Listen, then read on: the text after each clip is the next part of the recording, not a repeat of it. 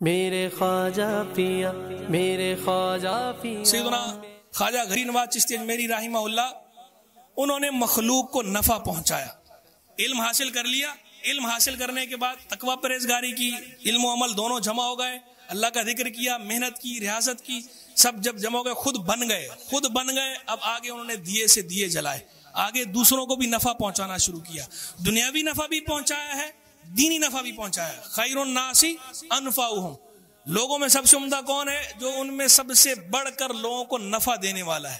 تو یہاں دین اور دنیا کی تفریق نہیں ہے، نفع آپ نے اگلے کو دین میں بھی پہنچانا ہے اور دنیا کے اندر بھی پہنچانا ہے، جائز طریقے کے ساتھ، ناجائز طریقے کے ساتھ نہیں پہنچا سکتے، جائز طریقے کے ساتھ دنیا میں بھی نفع پہنچانا ہے ان کو۔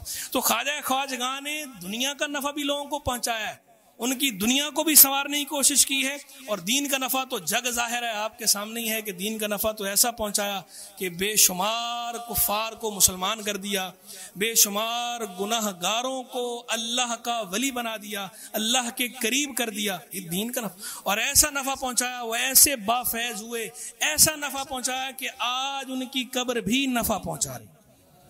وہ کیا سلطان باہو نے کہا تھا نا، نام فقیر تہیندا قبر جنا دی جیوے ہو، نام فقیر تہیندا باہو قبر جنا دی جیوے ہو۔ فقیر اس کا نام ہے کہ جس کی قبر بھی باہو جی رہی ہو، وہ فقیر ہے، یعنی اس کی قبر با فیض ہو، اس کی قبر سے بھی لوگوں کو فیض جاری ہو۔ تو خواجہ خواجگاں کی قبر سے بھی لوگوں کو فیض جاری ہے۔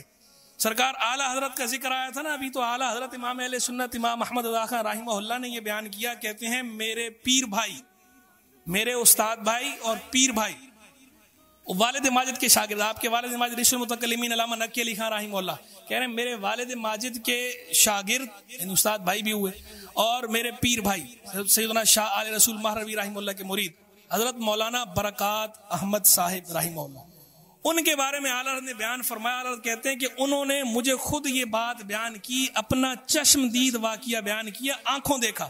کہتے ہیں کہ میں اجمیر شریف حاضر ہوا خواجہ خواجگاں کی بارگاہ میں، تو میں نے دیکھا وہاں پر ایک ہندو آیا غیر مسلم، اس کے جسم پہ اتنے پھوڑے تھے کہ اللہ ہی جانے کتنے تھے، یعنی پورا جسم اس کا پھوڑوں سے بھرا ہوا تھا۔ تو کہتے ہیں وہ تپتی ہوئی دوپہر میں آیا اور خواجہ صاحب کے روضہ مبارکہ کے سامنے وہاں زمین پہ لوٹ پوٹ ہونا شروع ہوا، یہ کہہ کر کے خواجہ اگن لگی ہے، خواجہ اگن لگی ہے، خواجہ آگ لگی ہے، خواجہ آگ لگی ہے۔ ایک دن، دو دن، تیسرے دن بولا میں نے اپنی آنکھوں سے دیکھا، تیسرے دن جب اس نے کیا، تیسرے دن بالکل شفا یاب ہو گیا۔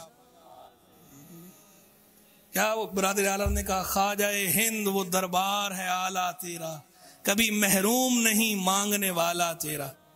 تو جو مراد لے کے جاتا ہے وہ اللہ کی عطا سے وہ حاصل کر لیتا ہے۔ تو وہ اپنے ظاہری جسمانی مرض کی بات لے کر گیا تھا، اس کا وہ جسمانی مرض دور ہو گیا۔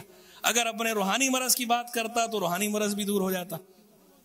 تو جسمانی مرض بھی خواجہ کی بارگاہ سے جسمانی امراض بھی ٹھیک ہوتے ہیں اور روحانی امراض بھی ٹھیک ہوتے ہیں۔ میرا خواجہ بندہ نواز ہے۔